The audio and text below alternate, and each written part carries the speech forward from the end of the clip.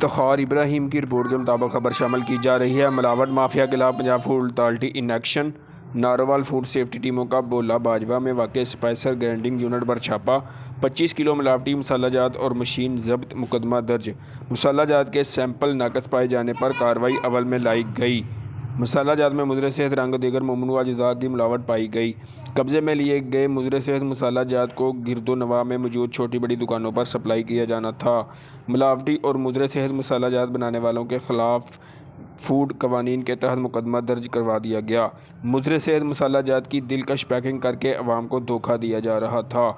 जैली मसाला जात का इस्तेमाल मैदा और आंतड़ियों की बीमारियों में मुब्तला करता है। शहरी खरीद से कबल लेबल पढ़ने का आदत अपनाएं। जेल साजी करने वालों के खिलाफ बिला तफरीक कार्रवाइयों का सिलसिला जारी रहेगा। अपने इर्द गिर्द मौजूद जेल साज माफिया के खिलाफ पंजाब फूड अथॉरिटी की हेल्पलाइन 1223 पर शिकायत का अंदराज करवाएं। डीजी फूड अथॉरिटी राजा जहांगीर अनवर। कैमरामैन शर्जील आशिक के साथ इफ्तिखार इब्राहिम, न्यूज़ 4 गुजरांवाला।